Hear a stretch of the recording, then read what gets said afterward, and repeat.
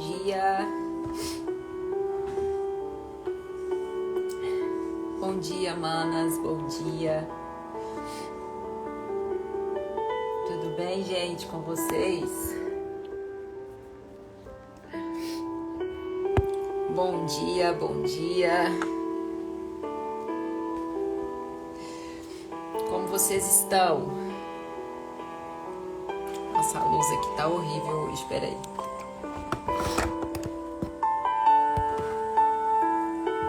Tudo bem com vocês, meninas?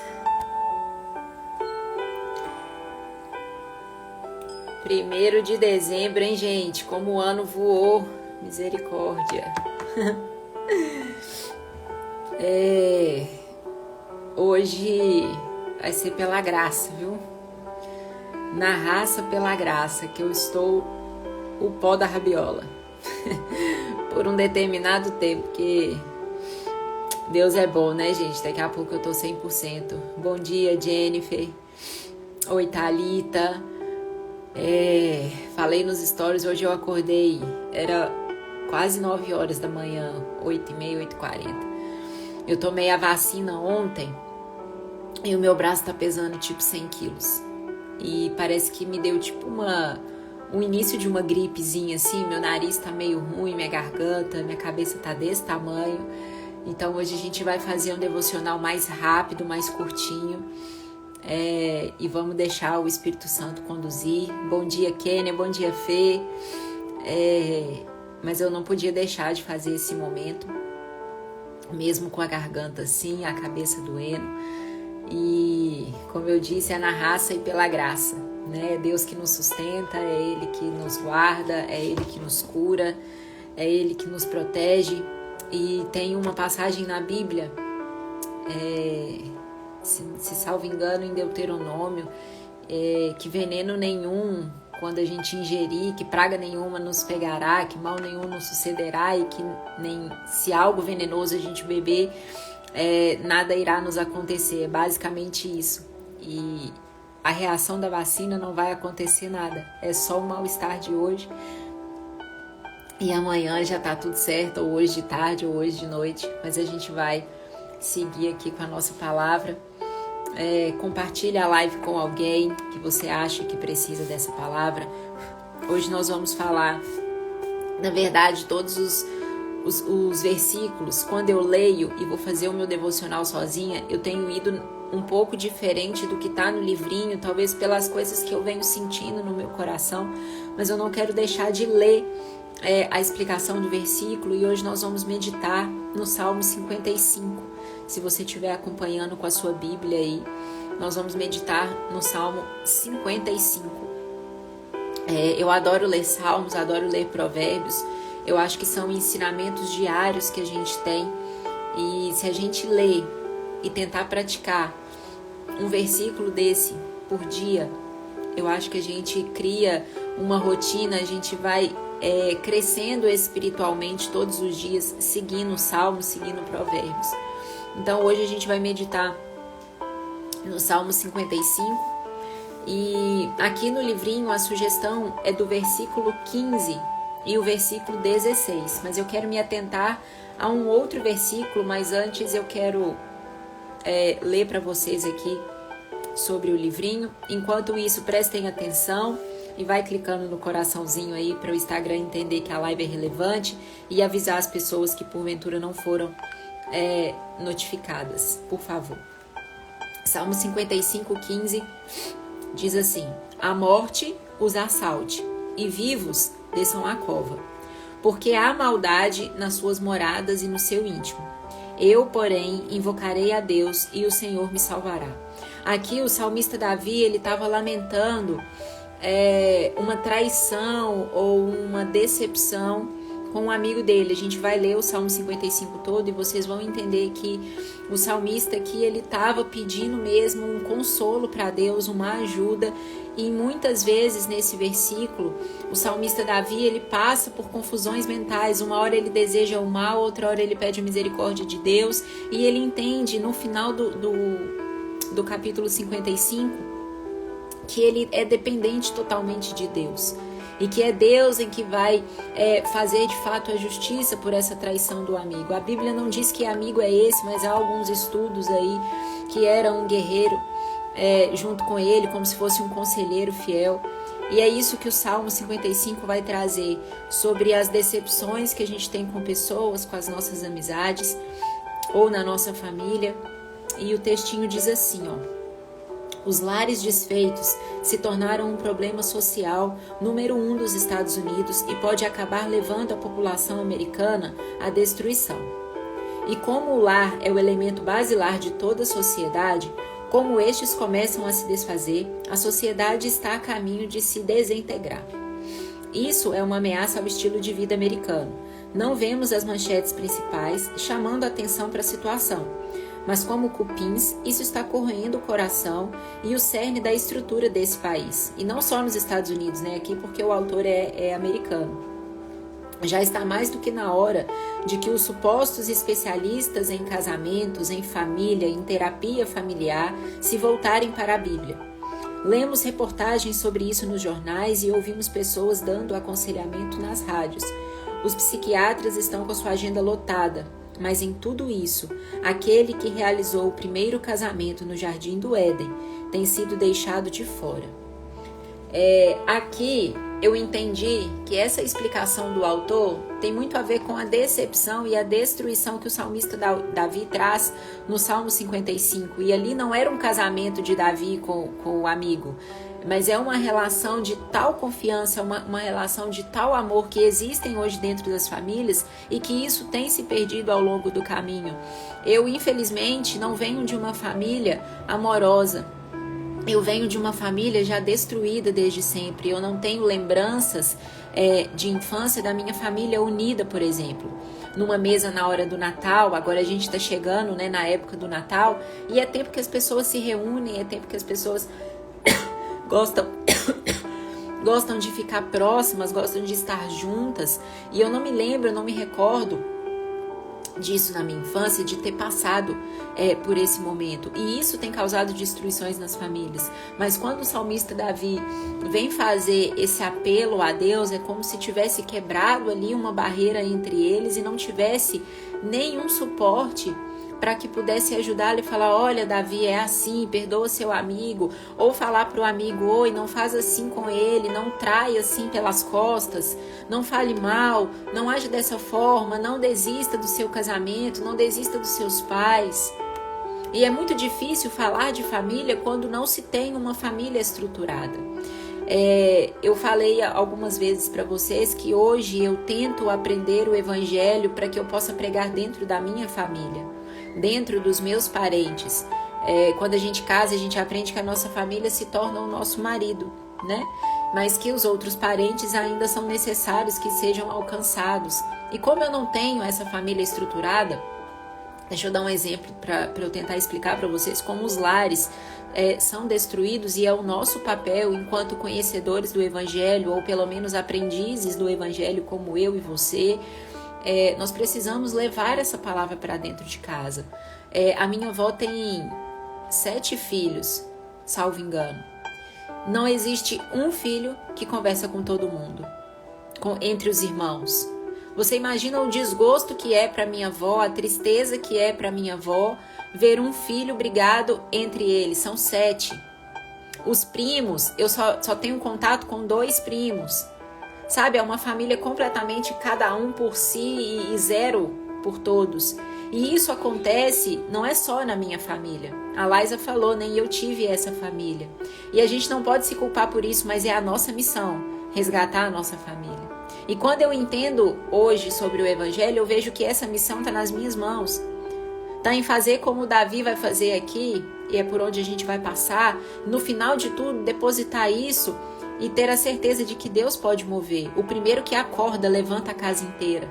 Quem sabe o deserto todo da sua vida que você tem passado, e a gente vai tocar no assunto de deserto aqui, não seja um aperfeiçoamento para que você possa resgatar a sua família, resgatar os seus pais, fazer aquilo que você sempre quis fazer numa noite de Natal, por exemplo. Quando eu comecei a namorar o Pedro, me incomodou muito o fato dele ser muito família, porque eu não estava acostumada com isso. Eu não estava acostumada com um lar estruturado, eu não vim desse lugar. E é muito difícil você querer algo de alguém, cobrar algo de alguém que esse alguém não teve.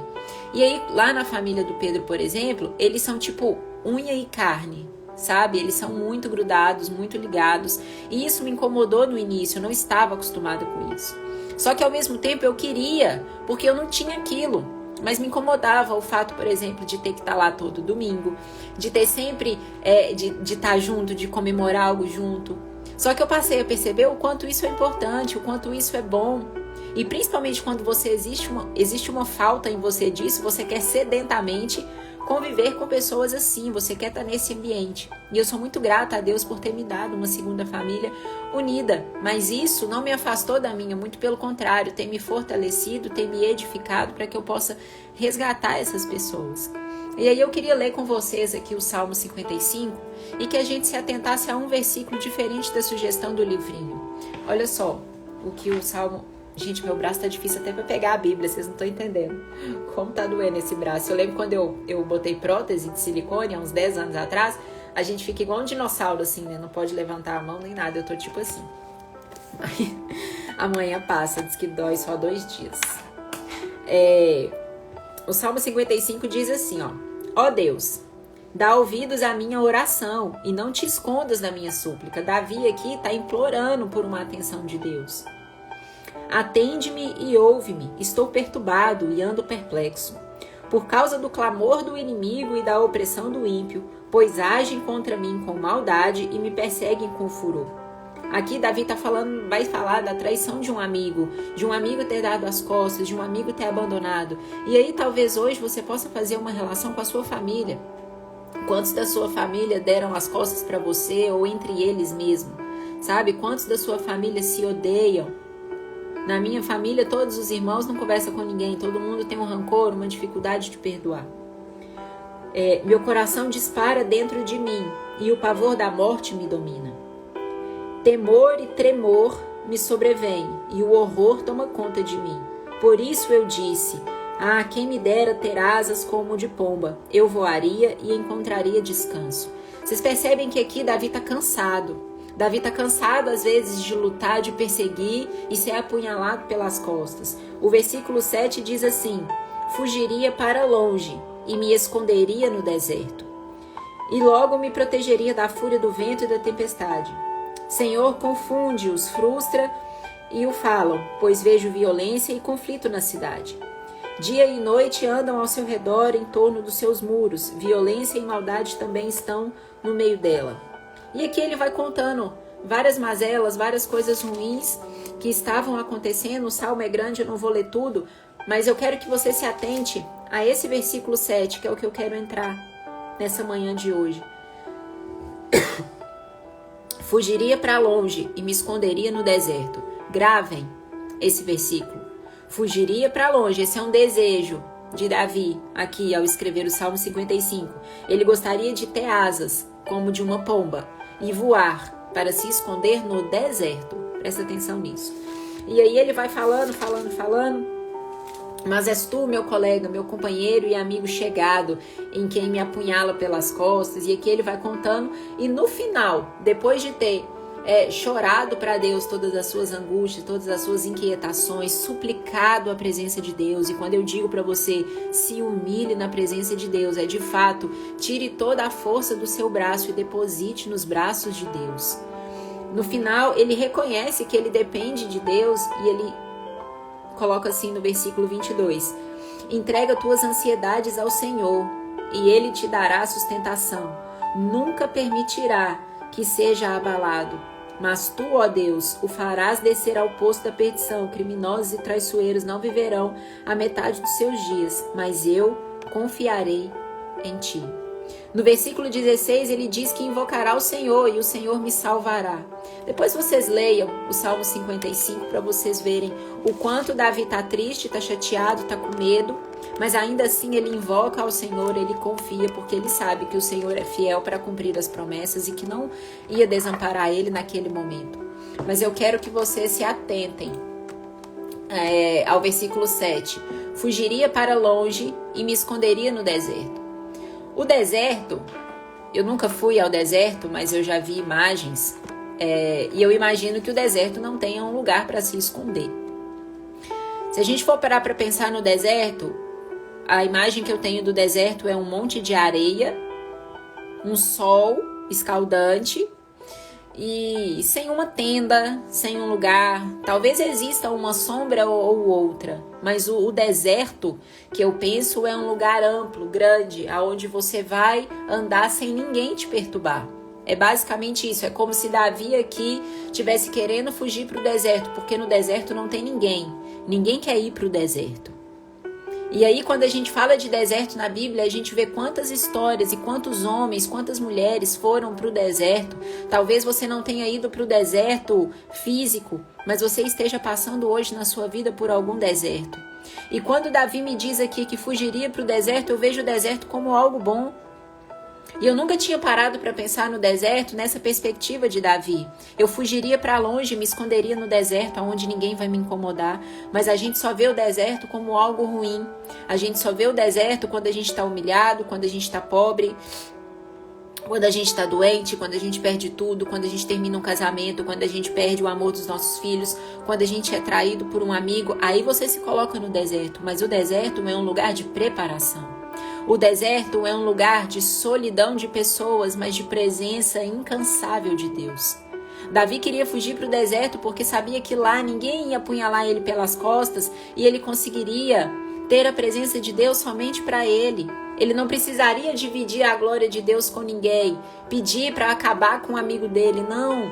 Davi aqui entende que o deserto é um lugar de cuidado. Ele queria voar e se esconder no deserto, não tem lugar para se esconder no deserto. E aí eu queria trazer para vocês alguns personagens da Bíblia que passaram pelo deserto.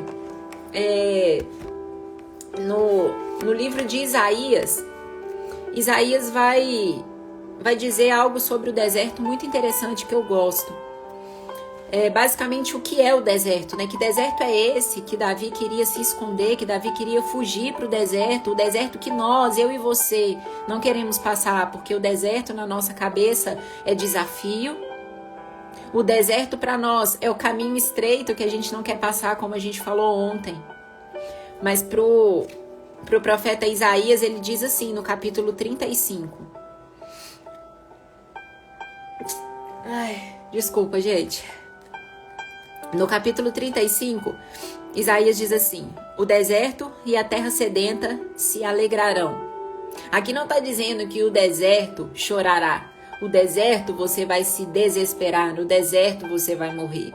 Isaías está dizendo que o deserto e a terra sedenta, a terra seca, a terra infértil, a terra que não tem flor, a terra sua que está abrindo buracos e você está enfiando dentro dela. Esse deserto e essa terra sedenta se alegrarão. O ermo exultará e florescerá. E aí, quando eu vejo essa explicação de Isaías apenas no versículo 1, eu vejo que Davi estava querendo fugir para o deserto, para que ele possa se alegrar, para que ele possa exultar e que ele possa florescer, porque no Salmo 55, Davi estava sofrendo. Davi estava sendo traído, apunhalado pelas costas. E aí, quando Isaías me diz que o deserto e a terra sedenta é um lugar de alegria, é um lugar de florescer, e ele diz mais, no versículo 2 ele diz, e florescerá com fartura. Como que no deserto você floresce com fartura? Exultará de alegria e romperá os cânticos, a glória do Líbano e a honra do Carmelo e Saron lhes serão dadas. Eles verão a glória do Senhor, a majestade do nosso Deus. Isso tudo no deserto. É como se Davi já soubesse que no deserto é um lugar de florescer. No deserto é um lugar de se alegrar, porque grandes coisas estão por vir. Mas quando eu e você vamos para o deserto, nós já vamos lamentando. Nós já vamos sofrendo. A gente não entende, ou a gente pelo menos não sabia até então, que o deserto é um lugar de alegria. E Davi já sabia disso, porque ele queria se esconder no deserto. O versículo 3. Fortalecei as mãos fracas e firmai os joelhos vacilantes. Davi, naquele momento, tinha mãos fracas, ele já não conseguia resolver o problema com o seu amigo, com o seu traidor, ou seja lá, quem era essa pessoa que Davi dizia no Salmo estar sofrendo por ter sido traído, por agora ter um inimigo. E eu acho que Davi sofria mais no versículo 55, quando ele não pensa somente no mal que o inimigo estava fazendo, mas porque ele estava desejando mal para alguém. E aí você quer fugir, você quer ir para o deserto, onde você não vai ser tentado. Ou teoricamente é um lugar para você se esconder, né? No versículo 4, dizei aos aflitos de coração, aqueles que estão passando por angústias, Davi estava aflito de coração. Sede fortes, não temais, o vosso Deus virá com vingança. Sim, ele virá com divina recompensa e vos salvará. Eu vejo o Isaías aqui muito conectado ao Salmo 55, porque é exatamente o que Davi está querendo que Deus faça, que Deus seja justo, que Deus faça justiça sobre a traição, sobre as mazelas, sobre tudo que Davi estava vivendo, que Davi estava passando naquele momento. Davi pede a misericórdia de Deus. Senhor, eu estou clamando, eu estou implorando pela tua justiça, para que o Senhor possa me ver, o Senhor possa me notar e ver o quanto eu estou sofrendo. E deixa eu te falar, Deus está vendo tudo o que você está passando. Só que muitas vezes você vai ter que fugir para o deserto como Davi fugiu, mas para se alegrar, não é para sofrer. Não é para sofrer no deserto. Quantas histórias nós temos na Bíblia de pessoas que passaram pelo deserto, e a primeira delas que eu não posso deixar de citar é o nosso próprio Jesus Cristo, e está dizendo lá em Mateus capítulo 4, quando Satanás tentou Jesus para ir para o deserto, ele falou assim, então Jesus, capítulo 4, então Jesus foi conduzido pelo Espírito ao deserto, para ser tentado pelo diabo, e depois de jejuar 40 dias e 40 noites, sentiu fome. Eu gosto desse versículo 2 porque ele traz Jesus como eu e você. Jesus sentiu todas as nossas emoções. A Bíblia diz que Jesus sentiu fome, que Jesus chorou diante da morte de Lázaro. A gente acha que Jesus não passou por nenhuma emoção, né? Que Jesus foi só milagres e maravilhas, mas Jesus também sentiu emoções, mas o que ele fez com elas determinou o deserto que ele estava passando.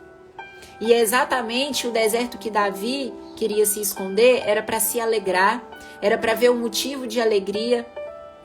E aqui, quando diz que Jesus sentiu fome, nós sentimos fome no deserto, nós sentimos frio no deserto, nós sentimos desespero no deserto, mas ainda assim a Bíblia vai dizer que Jesus resistiu ao diabo. Então o tentador aproximou-se dele e disse, se tu és filho de Deus, ordena que estas pedras se transformem em pães. Mas Jesus lhe respondeu, está escrito, nem só de pão o homem viverá, mas de toda palavra que sai da boca de Deus. Então o diabo o levou à cidade santa, colocou-a na parte mais alta do templo e disse-lhe, se és o filho de Deus, lança-te daqui abaixo, porque está escrito, aos seus anjos dará ordens a teu respeito, e eles te sustentarão com as mãos, para que não tropeces em pedra alguma. Olha como o diabo é ardiloso, ele sabe cada pedaço, ele sabe como nos conduzir para que a gente caia, para que a gente pereça, para que a gente veja o deserto como algo ruim, veja como o deserto como um momento da gente desistir, não um momento da gente se alegrar, da gente florescer. Mas Jesus sabiamente diz a ele assim, Jesus então lhe respondeu, e também está escrito, não tentarás o Senhor o teu Deus. O diabo o levou ainda, não satisfeito, o levou ainda muito alto e mostrou-lhe todos os reinos do mundo e a glória deles. E disse-lhe, eu te darei tudo isso, se prostrado me adorares. Quantos de nós têm recebido,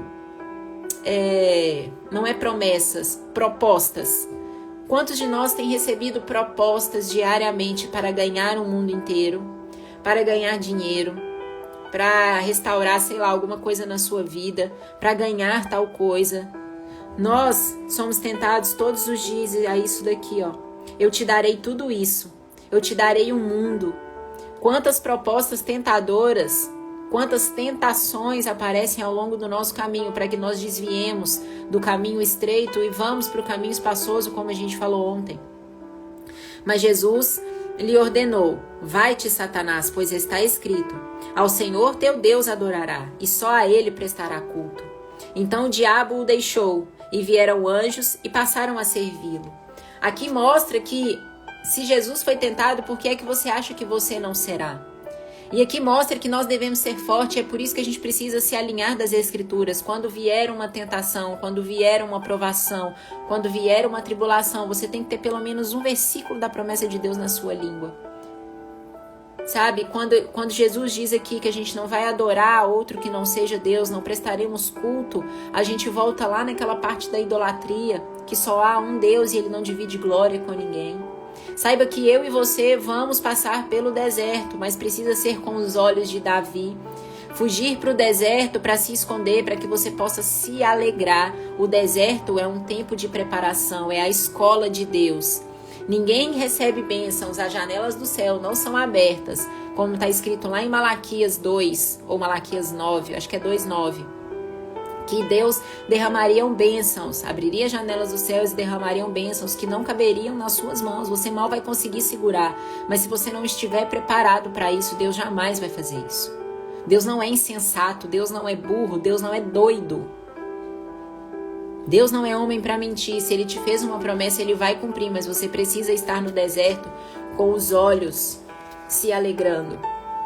Mais um deserto que eu gosto muito é o deserto de Elias, e aqui a gente ficaria tempos e tempos falando do deserto de várias pessoas, e eu quero trazer para vocês o deserto de Elias e o deserto de Moisés, que é o deserto que eu mais gosto e é o deserto da minha vida, como Moisés passou, né? Mas o de Elias, no livro de 1 Reis, capítulo 19, versículo 4, diz assim, aqui Jezabel estava prometendo matar Elias, tá?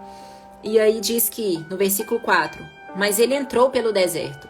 Todas as vezes que as pessoas são afligidas na Bíblia, pelo menos é isso com Elias, é isso com Moisés, todas as vezes que ela passa por alguma aflição, alguma tribulação, e foi assim com Davi, elas fogem para o deserto. E nós queremos fugir do deserto. A gente não entendeu ainda que o deserto é um lugar de consolo.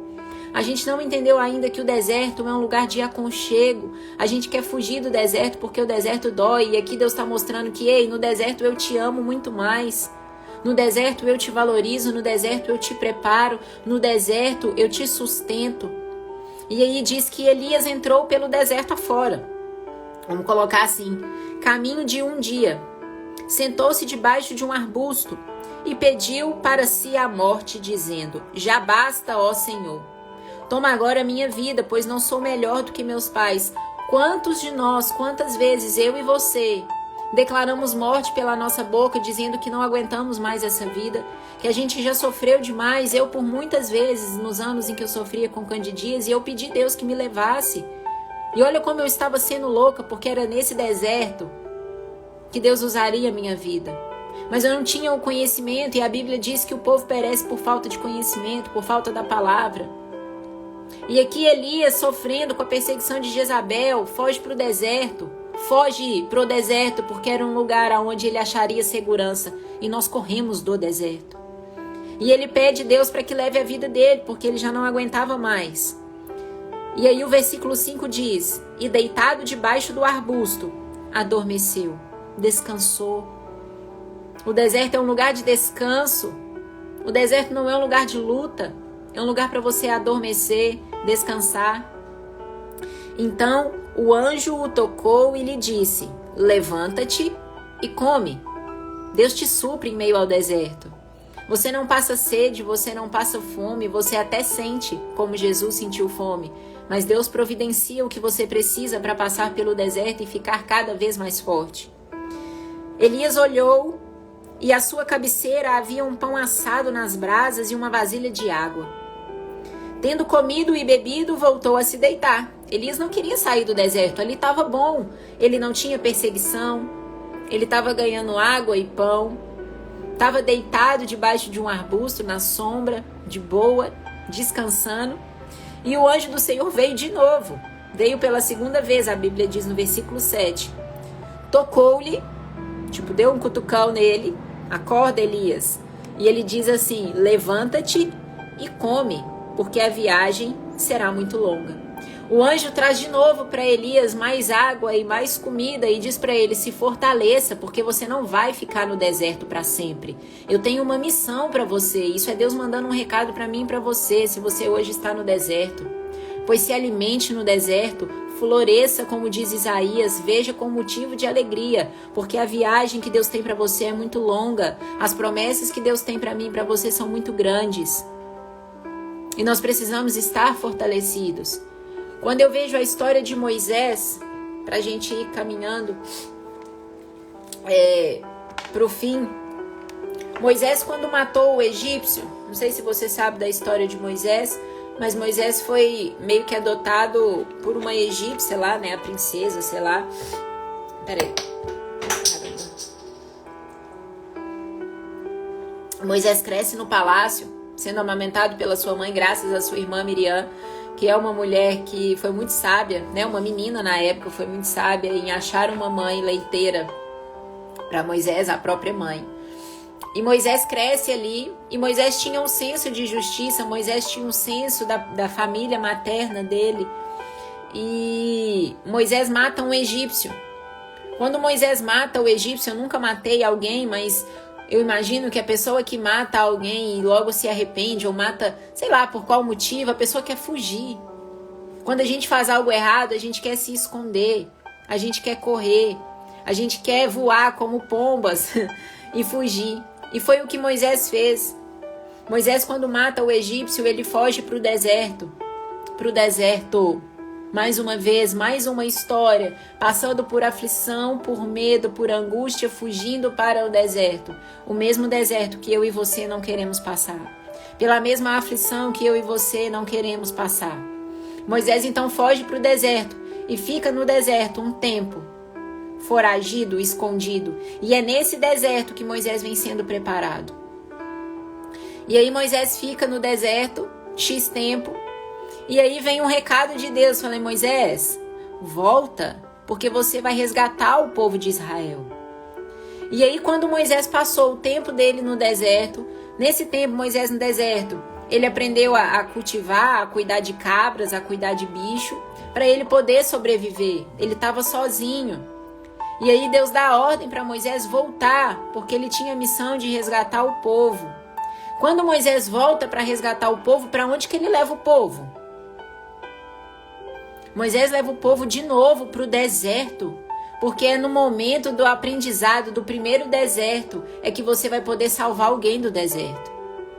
Moisés passa 40 anos com esse povo no deserto. Vocês conseguem entender que Moisés precisava ter ido para o deserto para que ele pudesse ter experiência, conhecimento, sabedoria, discernimento sobre o calor, sobre a chuva, sobre a comida, como sobreviver no deserto. Deus jamais teria dado a missão para ele resgatar o povo de Israel e botar o povo no deserto se ele não tivesse tido a experiência de como é viver no deserto.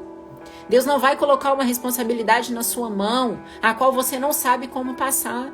E eu vejo isso na minha vida quando eu digo que o meu deserto é o deserto de Moisés. Eu passei 20 anos com uma doença. Se eu não tivesse passado esses 20 anos, eu não teria sabedoria, autoridade, conhecimento para passar isso para vocês, para ensinar mulheres, a resgatar mulheres, a curar mulheres. Eu precisei passar por esse deserto.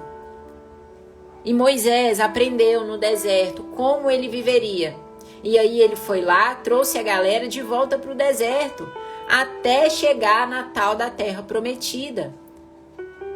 Então ele precisou ir uma primeira vez, ele precisou aprender tudo sobre o deserto. Então saiba que se você está no deserto hoje, se você tem fugido para qualquer outro lugar, deseje fugir para o deserto.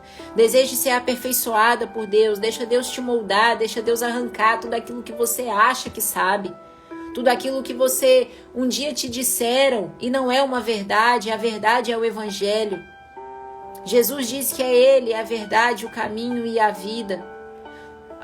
Os maiores homens, as maiores missões, Deus colocou esses caras antes no deserto. Colocou esses caras para serem aperfeiçoados, para serem moldados, para serem treinados. É um treinamento de guerra mesmo. Você nunca vai conseguir salvar uma nação, uma multidão, se você não tiver passado pela prova de como sobreviver. Vocês conseguem entender isso? E aí, quando Deus nos permitiu passar por todas as provas do Aloha, questão financeira que a gente vem enfrentando, é porque eu tenho certeza que na hora que a janela do céu abrir, serão derramadas bênçãos grandes demais. Mas se a gente não souber administrar, se a gente não souber dar valor ao pouco, nós nunca daremos valor ao muito. E essa é uma frase muito grande e muito séria. O meu deserto também me ensinou muito, e é sempre para ensinar alguém. Só que a gente vê o deserto como algo que a gente não quer passar, um lugar de sofrimento, um lugar de dor, um lugar que a gente sofre demais, e não é esse o objetivo. O objetivo do deserto é ser protegido às pessoas que estavam sofrendo, as pessoas que estavam aflitas. Elas desejavam fugir para o deserto, porque é um lugar onde ninguém incomodaria. No seu deserto ninguém te incomoda. Muito pelo contrário, você perde pessoas ao longo do caminho, porque ninguém quer estar junto de alguém que está no deserto. Mas existe um cara, existe um Deus que está junto de você no deserto, que cuida, que te sustenta, que te dá alimento, que te dá água. Eu não sei o que você tem desejado, o que você tem pedido a Deus nesses dias, mas saiba que Ele não vai te fornecer sem você ter experiência, sem você ter maturidade.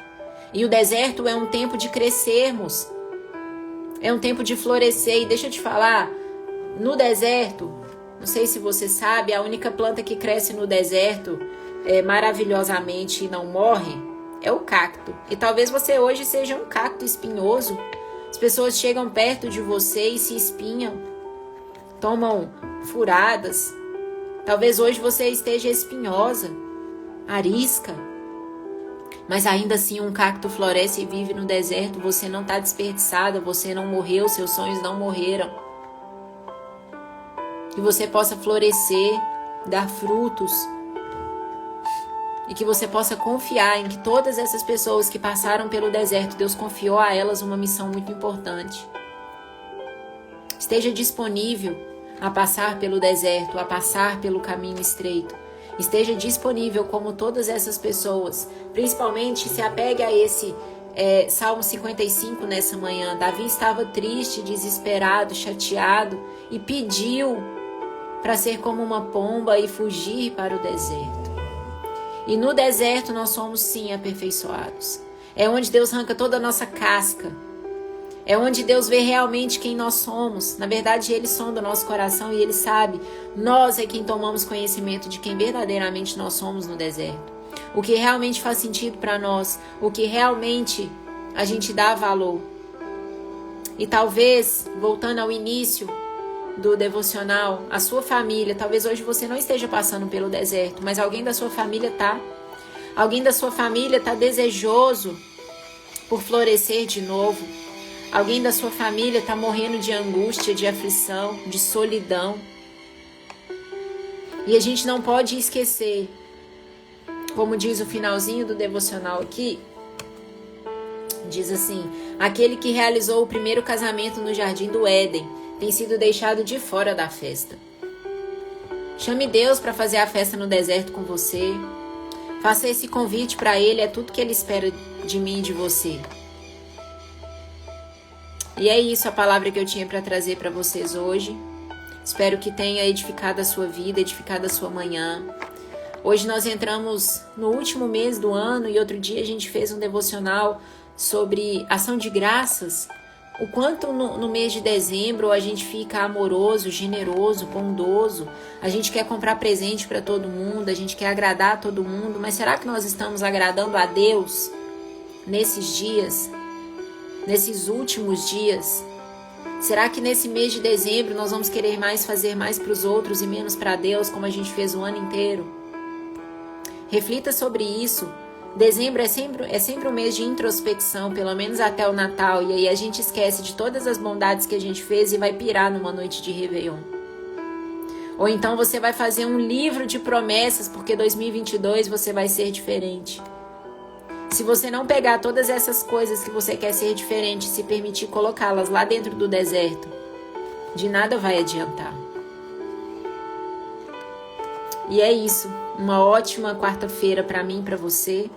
Que Deus abençoe o seu dia. Eu oro pela sua vida. pela sua aproximação com Deus, como a Ivy escreveu aí agora. O deserto é lugar de aproximação com Deus. Se permita viver nessa intimidade. Se você tem se sentido incomodada a estar mais perto de Deus, não desperdice esse convite. Ele tem incansavelmente te chamado, pois se aproxime um pouco mais. Vá para o deserto feliz, porque no deserto é um tempo de alegria, como Isaías disse.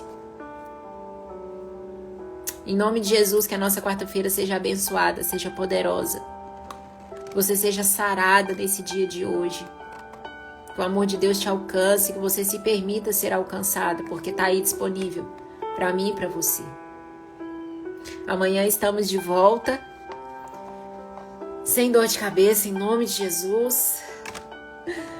E a gente se vê amanhã às 11 horas de novo com mais uma palavra. Tá bom? Um beijão para vocês, fiquem com Deus. Uma excelente quarta-feira, um excelente início de mês. Sabe uma coisa que eu faço e deixo uma dica para vocês? Eu sempre faço isso. Eu escrevo numa folha todos os desejos que eu tenho para o mês de dezembro. Faça isso, gera em oração todos os desejos que você tem para esse mês. Quais as bênçãos você quer, as pessoas que você precisa perdoar ou pedir perdão, as pessoas que você quer ter próxima.